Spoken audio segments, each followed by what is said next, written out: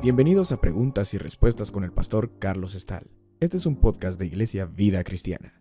Puedes participar enviando tus preguntas al correo preguntasbiblicas@vidacristiana.org.gt. Les leo una pregunta que nos han hecho en relación al Espíritu Santo y su relación con este mundo. Les leo la pregunta. ¿Cómo era el mundo sin el Espíritu Santo? ¿Era más difícil para las personas tener comunión con Dios? ¿Era el proceso de conversión más difícil? Sigo leyendo lo que nos han escrito. En mi opinión, el ambiente sin el Espíritu debe haber sido muy distinto, pero me causa curiosidad cómo habrá sido la comunicación entre las personas y Dios sin un intermediario. Bueno, este es el comentario que nos ha hecho nuestro amable oyente. Ahora, no ha habido mundo sin el Espíritu Santo. Probablemente lo que tenemos que hacer aquí es una diferencia entre la omnipresencia del Espíritu Santo y la presencia manifiesta del Espíritu en la vida de un creyente. Eso creo que va a resolver acá la pregunta. Entiendo que nuestro oyente diga, pues había mundos sin el Espíritu Santo antes, porque les voy a leer las citas acá en Juan y la expresión que utiliza el Señor Jesucristo una y otra vez refiriéndose a algo nuevo, algo que estaba por suceder, que no había sucedido antes con relación al Espíritu Santo. En Juan capítulo 7 del verso 37 al 39, Jesús dijo: En el último y gran día de la fiesta, Jesús se puso en pie y alzó la voz diciendo: Si alguno tiene sed, venga a mí y beba. El que cree en mí, como dice la Escritura, de su interior correrán ríos de agua viva. Esto dijo del Espíritu que habían de recibir los que creyesen en él, pues aún no había venido el Espíritu Santo, porque Jesús no había sido aún glorificado. Muy bien, en esta porción efectivamente dice aún no había venido el Espíritu Santo. Lo que vamos a aclarar es aún no había venido cómo, o en qué capacidad, o de qué manera, o a quiénes. Sigamos leyendo, siempre del Evangelio de Juan, el capítulo 14, del verso 15 al 19. Les leo, y estas son palabras de Jesús. A ver, Evangelio de Juan, capítulo 14, del verso 15 al 19. Si me amáis, guardad mis mandamientos. Y yo rogaré al Padre y os dará otro Consolador, para que esté con vosotros para siempre. El Espíritu de verdad, al cual el mundo no puede recibir porque no le ve, ni le conoce. Pero vosotros le conocéis porque mora con vosotros y estará en vosotros. No os dejaré huérfanos, vendré a vosotros. Todavía un poco y el mundo no me verá más, pero vosotros me veréis, porque yo vivo, vosotros también viviréis. Ahora notemos el verso 17, se los vuelvo a leer. El Espíritu de verdad al cual el mundo no puede recibir porque no le ve ni le conoce. Pero vosotros le conocéis porque mora con vosotros y estará en vosotros. Cuando Jesús se refiere a que el Espíritu no ha venido, se está refiriendo a estará en vosotros. Pero aún antes que Jesús muriera y resucitara, y viniera el día de Pentecostés y los 120 fueran bautizados en Espíritu Santo, Jesús ya les había dicho acá en Juan 14, 17, el Espíritu mora con vosotros. Por supuesto, el Espíritu estaba en Jesús, pero el Espíritu Santo siempre ha estado presente. Lo que no había ocurrido hasta que Él fue enviado de lo alto, el día de Pentecostés, después de la resurrección de Cristo, es que el Espíritu Santo morara en toda carne, morara o residiera permanentemente en todo aquel que creyera en Jesucristo y fuera salvo por gracia por medio de la sangre del Señor Jesucristo. Eso sí no había ocurrido. Es a eso a lo que se refiere Jesús cuando dice que el Espíritu Santo vendrá. Va a venir en una nueva dispensación, una nueva relación con el creyente. Pero esto es porque Jesucristo, después de su muerte y de su resurrección proveería de sangre redentora para que todo aquel que en él cree no se pierda, mas tenga vida eterna. Sangre redentora que nos limpia de pecados y nos santifica de tal manera que nos puede convertir en un santuario para que el Espíritu Santo pueda venir y morar permanentemente en nosotros a partir de nuestra salvación. En la dispensación del Antiguo Testamento no existía tal cosa como que el Espíritu Santo pudiera morar permanentemente en alguien. El Espíritu Santo solo venía y se iba y ejecutaba aquello para lo cual fue enviado. Pero no era posible que el Espíritu Santo convirtiera a algún ser humano en un santuario, en un templo, porque todavía no había sido derramada la sangre redentora de Cristo para limpiar a ese nivel a los hombres. Bueno, sigamos leyendo. Juan 15:26. Acá nuevamente dijo Jesús: pero cuando venga el Consolador, a quien yo os enviaré del Padre, el Espíritu de verdad, el cual procede del Padre, él dará testimonio acerca de mí. Y vosotros daréis testimonio también, porque habéis estado conmigo desde el principio. Nuevamente Jesús no se está refiriendo a la omnipresencia del Espíritu Santo. El Espíritu Santo pertenece al ámbito del Padre. El Espíritu Santo es omnipresente, no puede dejar de estar en algún lado porque dejaría de ser Dios. A lo que Jesús se está refiriendo es a la presencia manifiesta del Espíritu en la vida de los creyentes. Les leo Juan capítulo 16 del verso 7 al 15. Pero os digo la verdad, os conviene que yo me vaya, porque si no me fuera, el Consolador no vendría a vosotros, mas si me fuera, os lo enviaré. Y cuando Él venga, convencerá al mundo de pecado, de justicia y de juicio. De pecado por cuanto no creen en mí, de justicia por cuanto voy al Padre y no me veréis más, y de juicio por cuanto el príncipe de este mundo ha sido ya juzgado. Bueno, detengámonos acá y hagamos un recorrido a lo largo de la historia, a lo largo de las Escrituras, y probemos el hecho de que el Espíritu Santo siempre ha estado aquí. Bueno, si nos vamos a Génesis 1, versículo 2, el Espíritu de Dios se movía sobre la faz de las aguas. La tierra había sido juzgada, eso está en las Escrituras, y el Espíritu de Dios estaba moviéndose sobre la faz de las aguas, esperando a que Dios hablara y dijera, sea la luz.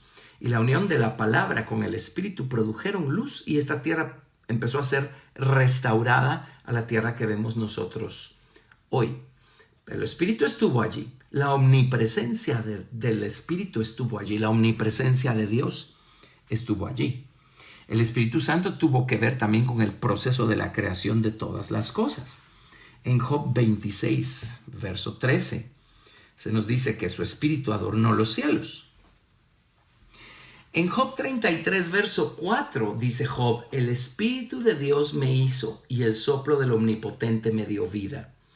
Recordemos que cuando Dios sopló ese aliento de vida en el hombre, cuando formó al hombre, Dios sopló su espíritu, y es su espíritu lo que le da vida a los hombres. Así es que el Espíritu estuvo allí para crear todas las cosas desde el principio.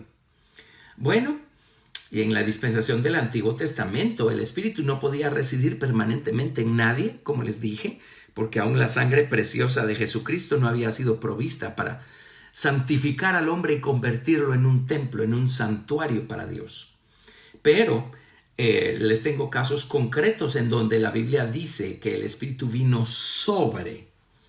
En Génesis 41:38 vino sobre José, y José pudo interpretar sueños cuando fue lleno de sabiduría.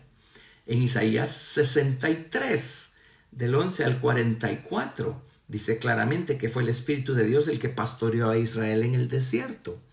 Se recordarán que cuando salieron de Egipto había una columna de nube y fuego que los guiaba a lo largo del camino. Ese es el Espíritu Santo quien los pastoreó. Dios también dijo que Él elevó sobre las alas del águila al pueblo de Israel y los llevó hacia sí. El águila se refiere a uno de estos dos lados que tiene el Espíritu Santo, el águila y la paloma. Así es que el Espíritu Santo estuvo trabajando en la liberación de Israel de Egipto y en las jornadas de Israel hasta que cruzaron el río Jordán. Después trabajó de otra manera con ellos. En Éxodo 31, del 1 al 5, el Espíritu Santo vino sobre Betzalel y él obtuvo sabiduría, entendimiento y conocimiento para construir los muebles del tabernáculo. En Números capítulo 11, el Espíritu Santo vino, que estaba sobre Moisés, fue puesto sobre los 70 ancianos de Israel. En Números 24 vino sobre Balaam, aquel famoso profeta apagado, ¿verdad? Caído, pero abiertos los ojos. Y Balaam profetizó a favor de Israel. En Números 27, versos 18 al 20, el Espíritu Santo vino sobre Josué. Así es que vemos cómo el Espíritu Santo venía sobre una persona, cumplía su propósito, pero el Espíritu Santo, después de hacer su obra, pues se retiraba. Por eso David dijo tal cosa como: no quites de mí tu Santo Espíritu, cuando oró esa profunda oración en el Salmo 51 pidiendo perdón por haber matado a Urías y por haber tomado ilegítimamente a Betsabé.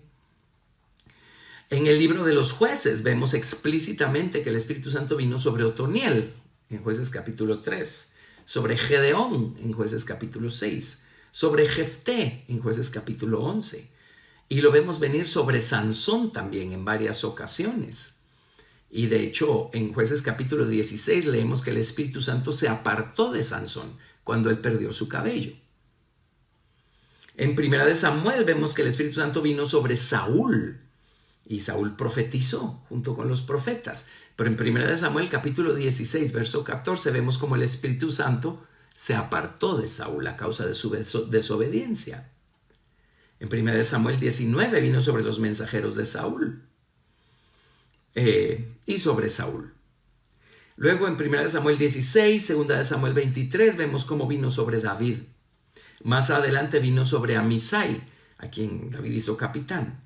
Más adelante vino sobre los profetas Elías y Eliseo, sobre Azarías, sobre Jaasiel, sobre Zacarías. Todos ellos fueron profetas y allí dice que el Espíritu Santo vino sobre ellos, sobre muchas personas del Antiguo Testamento. Pero ahora vámonos a Juan capítulo 1, verso 33. Cuando apareció Jesús, Dios empezó a introducir un nuevo orden de ideas, una nueva dispensación, un nuevo testamento, un nuevo pacto. Por supuesto, era necesaria la muerte del Señor Jesucristo para hacer efectivo el testamento y la herencia. Pero hasta aquí, pues, el Espíritu Santo no había residido permanentemente sobre nadie. Por supuesto que su omnipresencia estaba en el mundo y Él se manifestaba de manera particular sobre las personas que ya les mencioné. Pero cuando apareció Jesús, un santuario limpio, puro, perfecto, un tabernáculo limpio, libre de pecado, el Señor Jesucristo sí calificaba para ser un templo para Dios. De hecho, lo era. El Cristo estaba en Jesús y con el Cristo el Padre. Entonces en Juan capítulo 1 verso 33 viene Juan el Bautista y dice: yo no le conocía, pero el que me envió a bautizar con agua, aquel me dijo: sobre quien veas descender el Espíritu y que permanece sobre él, este es el que bautiza con el Espíritu Santo. Así es que por primera vez en la historia el Espíritu vino para quedarse. Permaneció, en otras palabras, hizo su morada permanente en Jesucristo. Y a partir de allí ya tenemos a alguien en quien el Espíritu Santo mora o reside permanentemente. Cuando Jesús murió y resucitó, Jesús vino, por así decirlo, a reproducirse en todos sus hijos, nosotros, los creyentes. Él viene y nos santifica con su preciosa sangre. Y ahora el Espíritu Santo no solamente está con nosotros, está en nosotros y está sobre nosotros. Cuando Jesús nos salva, el Hijo, el Padre y el Espíritu Santo, por supuesto que vienen a hacer su morada en nosotros. Cristo crea un nuevo hombre, un nuevo corazón y él, la divinidad, viene a residir allí. Qué privilegiados somos. Pero cuando somos bautizados con Espíritu Santo, el Espíritu Santo viene sobre nosotros. Y el Espíritu llega para quedarse.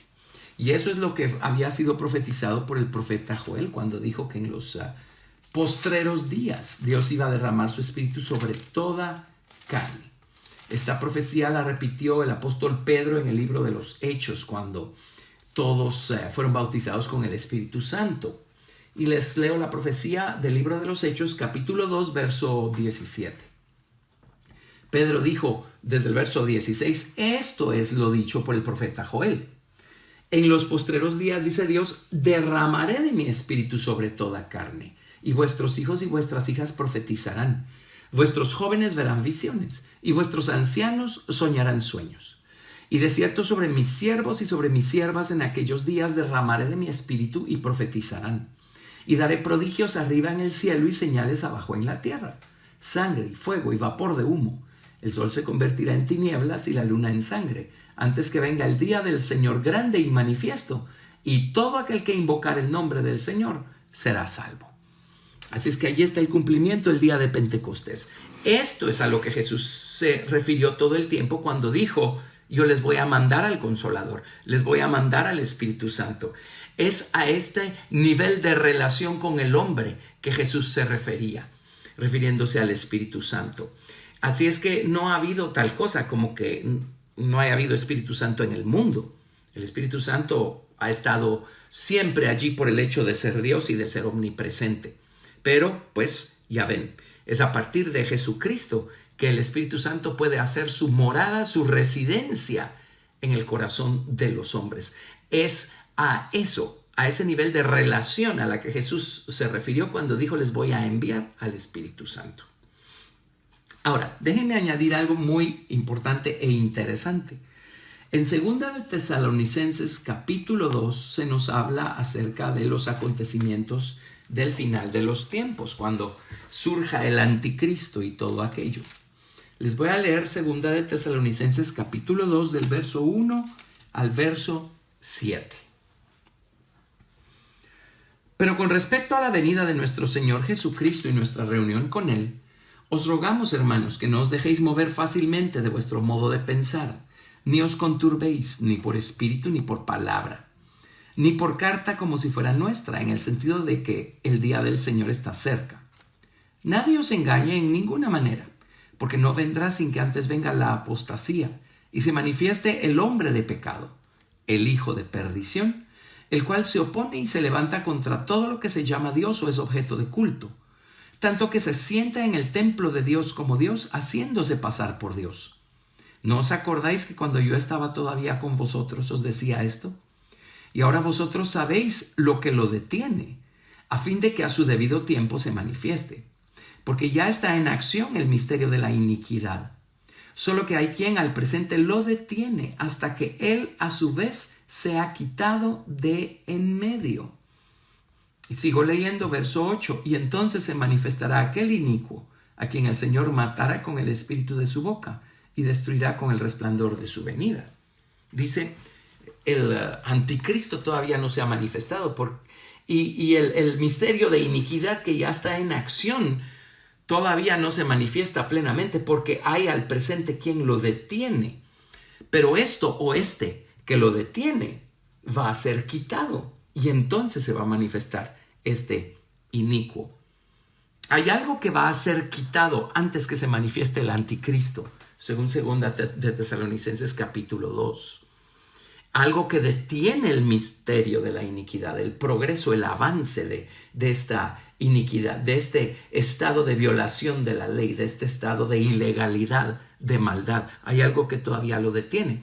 Pero una vez es quitado de en medio esto, ya nada va a detener el avance de la iniquidad, de la maldad, de la ilegalidad. En Apocalipsis capítulo 12 vemos claramente que el hijo varón va a ser arrebatado para Dios y para su trono. Y entonces empieza el periodo de 3 años y medio de gran tribulación, que es cuando se va a manifestar el anticristo, pues a hacerse lo suficientemente público. Entonces, creo que con toda seguridad podemos concluir que lo que detiene el misterio de la iniquidad es la presencia del Espíritu Santo en la vida de los creyentes, de los vencedores. Los vencedores son los que van a ser quitados de en medio. Y cuando los vencedores seamos quitados de aquí y con nosotros el Espíritu Santo que mora en nosotros, entonces ya no va a estar esa fuerza para detener el progreso, el avance de la maldad. Y la maldad va a cubrir el mundo entero por este tremendo periodo que se llama la Gran Tribulación. Ahora vean, igualmente, Dios sigue siendo omnipresente. Así es que la omnipresencia de Dios no se puede ir a ningún lado. La omnipresencia del Espíritu Santo no se puede ir a ningún lado. Se va a cerrar esta etapa en la que el Espíritu estaba morando en el corazón de los creyentes y va a quedar la omnipresencia de Dios. Y en Apocalipsis capítulo 12, en donde precisamente les hablé que va a ser arrebatado el hijo varón y entonces va a empezar la gran tribulación. En el versículo 13 de Apocalipsis 12 dice: y cuando vio el dragón que había sido arrojado a la tierra, persiguió a la mujer que había dado a luz al hijo varón. Ahora, esta mujer tiene que representar la iglesia. Hay un lado de la iglesia que está conformada por gente espiritual, gente que está venciendo todos los días, gente que va a ser arrebatada. Y hay otro lado a la iglesia de gente que son cristianos nominales. Están, pero no están. Están en la iglesia, pero la iglesia no está en ellos. Pues esa gente no se va a ir en el arrebatamiento. Eso es muy claro aquí en el libro de Apocalipsis. El dragón los va a perseguir a ellos. Pero note lo que dice. Apocalipsis 12, verso 14. Bueno, voy a leer el verso 13 otra vez para que haya continuidad. Y cuando vio el dragón que había sido arrojado a la tierra, persiguió a la mujer que había dado a luz al hijo varón. Y se le dieron a la mujer las 2 alas de la gran águila para que volase de delante de la serpiente al desierto, a su lugar, donde es sustentada por un tiempo y tiempos y la mitad de un tiempo. Y la serpiente arrojó de su boca tras la mujer agua como un río para que fuese arrastrada por el río. Pero la tierra ayudó a la mujer, pues la tierra abrió su boca y tragó el río que el dragón había echado de su boca. Entonces el dragón se llenó de ira contra la mujer y se fue a hacer guerra contra el resto de la descendencia de ella, los que guardan los mandamientos de Dios y tienen el testimonio de Jesucristo. Pues gente que no se fue en el arrebatamiento. Pero en el verso 14 dice: y se le dieron a la mujer las 2 alas de la gran águila. En la Biblia esto se refiere al Espíritu Santo, lo que significa que la omnipresencia del Espíritu Santo no se ha ido a ningún lado, va a seguir aquí y va a ayudar a esta gente a volar de delante de la serpiente al desierto, en donde Dios va a sustentarlos por 3 años y medio. La mención del águila significa que la omnipresencia de Dios sigue aquí. Así es que para entender bien esto, entonces, fue necesario hacer una diferencia entre la omnipresencia del Espíritu Santo y la presencia manifiesta del Espíritu Santo en un creyente salvo y bautizado con el Espíritu Santo. Eso resuelve la duda. Así es que no ha habido tal cosa como un mundo sin el Espíritu Santo, ¿verdad? Lo que sí ha habido es un mundo en donde el Espíritu Santo no podía hacer su morada permanente en la gente hasta que vino Jesucristo y con su muerte y resurrección proveyó de sangre redentora y santificadora para convertir al hombre en un templo vivo, un santuario para Dios.